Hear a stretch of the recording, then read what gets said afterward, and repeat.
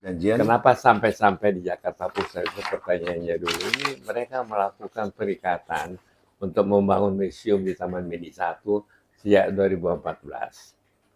ya. Kemudian dalam perjalanannya mungkin ada sengketa mengenai perbuatan melawan hukum.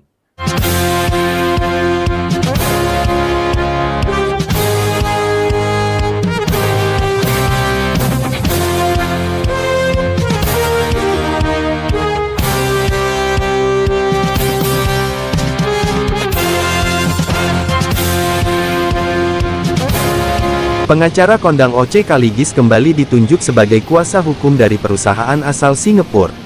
NPM TV, Jakarta mewartakan, perusahaan asal Singapura, Mitora T. Ltd, mengajukan pembatalan putusan Badan Arbitrase Nasional Indonesia, BANI, yang telah memenangkan anak-anak Soeharto atau keluarga cendana atas kasus Wan Prestasi.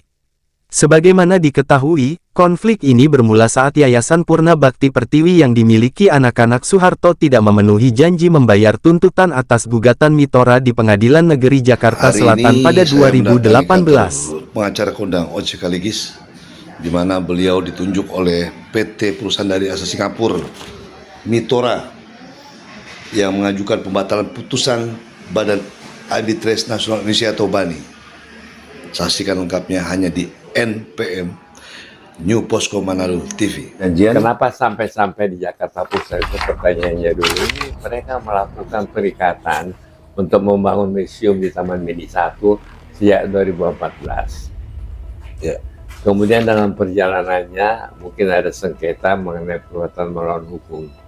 Maka pada waktu itu digugatlah pada Yayasan Purna Bakti Pertiwi, ya. Digugat untuk katakanlah sejumlah ganti kerugian yang telah dikeluarkan oleh Mitora sebesar 104 miliar pada waktu itu. Dalam perjalanannya, kemudian Yayasan bilang kita damai aja, dasar cabut gugatan. Ada surat, kayak semacam surat perdamaian di mana mereka berjanji akan memenuhi kewajiban mereka. Jadi tahap pertama 30 miliar, tapi dibayar cuma 16 miliar, sebagian cek kosong atau giro kosong. Salah. Nah, karena nggak selesai-selesai, bukannya katakanlah yayasan memenuhi janjinya, sebaliknya yayasan memajukan ini ke Badan Arbitrase Nasional Indonesia di luar pengetahuan kami. Jadi waktu itu arbiternya yang ditunjuk oleh katakanlah yayasan untuk kepentingan kita. Nah, di dalam perjalanan kita lihat kok banyak bukti-bukti yang artinya tidak benar, ya, misalkan pertemuan dengan foto, kemudian mengenai katakanlah pelaksanaan dan lain sebagainya. Bahkan dalam putusan arbitrase itu kita yang diwajibkan bayar ganti kerugian. Kok terbalik-balik, tadinya mereka yang berjanji akan membayar kepada kita 104 miliar, kita yang dibayar 15 miliar. Atas dasar itu saya challenge. Saya artinya tidak setuju kepada pusat BANI. Biasanya menurut prosedur kalau nggak setuju, kita mengajukan bantahan di pengadilan negeri. Dan ini yang kita majukan sekarang, udah sidang pertama. Tapi kan sidangnya terikat cuma 30 hari. Kan kita majukan tanggal 18 mulai sidang, kalau nggak salah 18 November. Jadi berakhir tanggal 18 Desember. Nah, karena sidangnya singkat, hakimnya membuat kalender persidangan. Itulah sidang yang pertama dibuka tanggal 18, rupanya dihadiri wartawan. Dan karena ini artinya yang kita gugat adalah katakanlah yayasan yang diwakili oleh Ibu Putri Sulung almarhum Presiden Soeharto, Ibu Tutut anaknya Presiden Soeharto, makanya ini jadi berita.